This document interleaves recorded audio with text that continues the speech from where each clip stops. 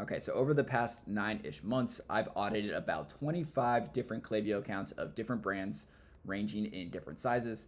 And there's some commonalities between the ones that are doing well and the ones that are not doing well. So in this video, I'm going to break down the top 10 components that every high converting Klaviyo account needs to have set up, and really the pieces that set apart the high converting accounts from the low converting accounts. But first, a little bit about myself. My name is Andrew Petroff. I run an email marketing agency for e-commerce brands doing above 100K per month. If you're interested in that, all of our links should be below in the description. But with that, let's get right into it. So a couple of assumptions before we kick things off here. So number one, you need to be pushing sufficient enough site traffic to your website. It's really hard to grow an email list if you don't have enough site traffic. Could be paid, it could be organic, doesn't really matter. You just need to be pushing enough site traffic to your website to grow the list consistently. The second assumption here is that you have a correctly set up Klaviyo account. So before you start sending out a ton of emails to your Klaviyo account, there are some necessary things that you need to have set up first. So your DNS records, you need to make sure your domain is warmed up. You need to make sure you have a branded sending domain. So there are a few things that you need to have set up correctly first before any of this really matters. So with that, let's get into the first one here. So a high converting pop-up, and this is your site pop-up, should look something along the lines of this. This becomes super important in growing the email list and feeding people into your welcome flow. A lot of brands take this for granted, but it is a super important component of your Klaviyo account. So super important to have a compelling welcome offer on there. That could be a discount code, that could be a mystery discount, that could be a free gift with purchase. There's a ton of different options you can have there. But you really need something that will entice site traffic to actually sign up for your email list, and so you can remarket to them later. You also need to make sure that this is set up correctly. There are some pieces here of when the trigger delays are and things like that you need to make sure that are functioning properly, whether they're showing on mobile or desktop, what pages they're showing on. So there are a bit of a technical setup there as well. And then you need to make sure that it actually is feeding to your welcome flow.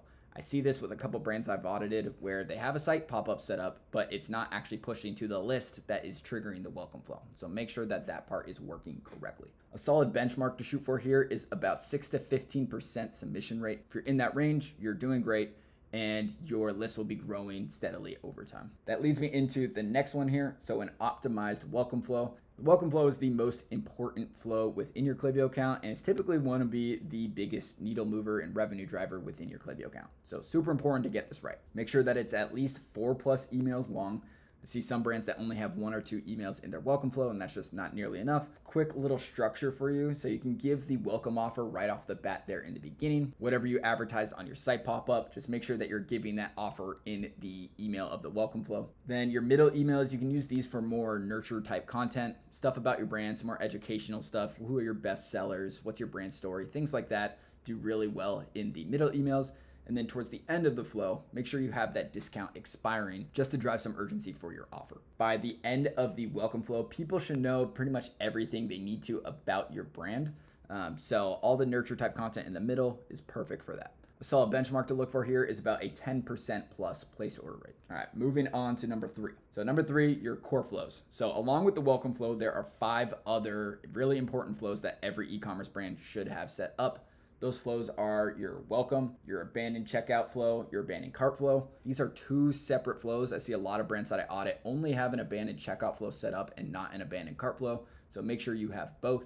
Then a browse abandonment flow, a post-purchase flow, and a sunset flow. The sunset flow is there for automatic list cleaning. So these flows, the reason why they're the core flows is because they cast the widest net. These are going to be the most bang for your buck to get set up.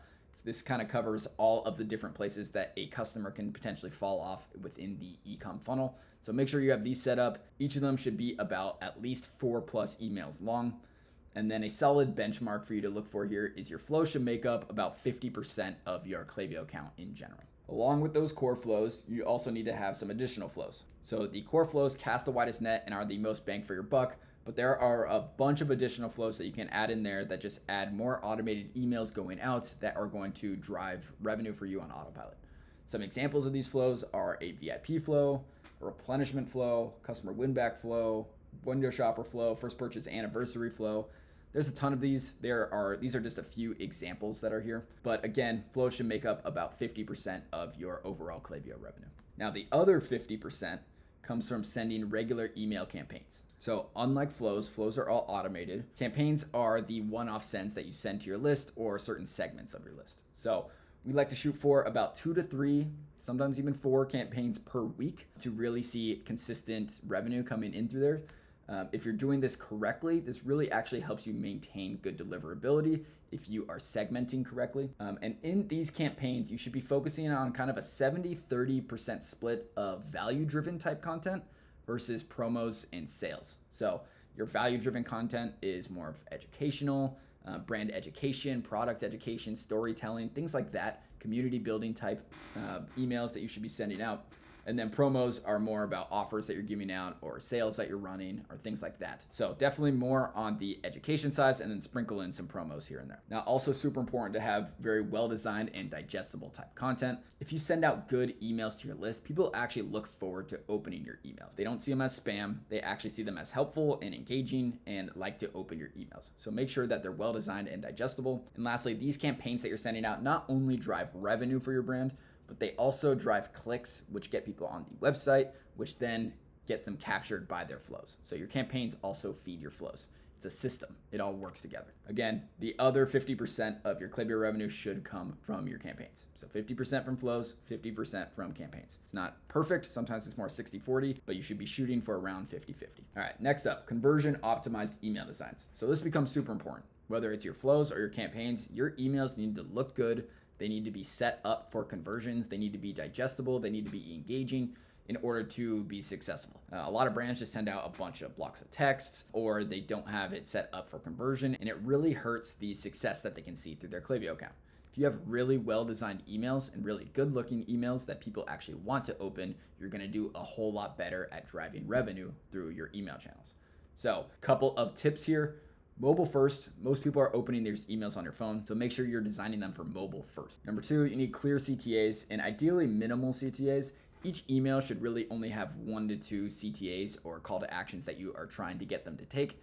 You can have multiple buttons for that same call to action, but I see some brands who will have 52 different buttons on each email, and it just gets overwhelming, kind of leads to analysis paralysis for their customers, and overall hurts their conversion. Another one, your email should be on brand. I see some brands that have these really awesome looking websites and their Instagram is dressed to the nines and everything looks awesome, and then their emails lack that same intentionality and quality that the rest of their brand does.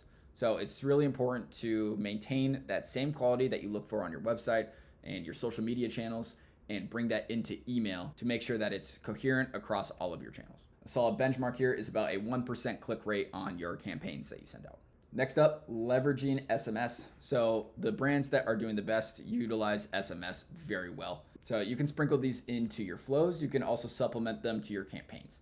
You don't want to send them as often as you would as your email campaigns, just because it is a pretty in-your-face channel, but used correctly, SMS is one of the biggest revenue drivers for your e-com brand. So again, I repeat, do not overuse these. You want to send your nurture type content with email and then sell with SMS. So anything that you send SMS wise, make sure it's all the important notices, new product drops, sales that you're running, sales that are expiring soon, discounts that you're offering. Do that all with SMS as well as email, but stay away from the nurture type content within your SMS, as it's going to lead to higher unsubscribe rates. And then keep these super short and sweet and just to the point. Okay, number 8, optimize deliverability. So everything that we talked about before doesn't matter unless your deliverability is on point and you're not landing in spam. So super important to utilize best practices on segmentation. We kind of do a 30, 60, 90, 120 day engaged type of setup. Let me know if you want a dedicated video on segmentation. But along with that, you need to have all your DNS records set up correctly. Your list needs to be warmed up correctly. You need to have your branded sending domain warmed up correctly. These go back to the technical setup things that I talked about in the beginning. And then you need to be cleaning your list regularly so that you can maintain super high deliverability. Couple of benchmarks for you. So absolute bare minimum where you should be is 30% open rates. If you're lower than this or you're at this mark, I would tighten your segments even more so that you can bring up that open rate. Ideally, you would be in the 40+% on open rate, and then clicks rate should be about 1% plus across your whole account. Number 9, regular A/B testing. So Klaviyo, what sets Klaviyo apart from a lot of the other platforms is their ability to A/B test effectively. They have really good A/B testing functionality, so super important to actually use that. Use the product that you're paying for. So every audience is different. One angle that you took for one brand may not work well for another brand. So super important to test these things and make sure that you figure out what your audience likes and doesn't like. Okay, so here's what you should be testing on a regular basis. So your pop-up, that's a huge one. Make sure you get that pop-up submission rate as high as possible. Here's some examples of what you can A/B test on your pop-up. Flows, time delays, length of flows, different offers within the flows, super important as well to improve that flow performance over time. And then your campaigns, different send times, different designs, subject lines, things like that. But I think in this order, this is probably most important on what to be A/B testing. Okay, last but not least, regular list cleaning. We kind of touched on this above with your sunset flow, but you need to be doing this regularly, especially now that Klaviyo changed their billing structure and now you're paying for anyone that's on there. You really need to be removing any unengaged profiles that are on your list, because that's going to keep your Klaviyo bill as light as possible. It's also going to improve your deliverability because you're not sending to people who aren't opening and clicking. So that just about wraps it up for me today. I hope you found this helpful. If you have any questions, feel free to comment below. And if you want to reach out, all my contact information is down here at the bottom. So thanks for your time and see you later.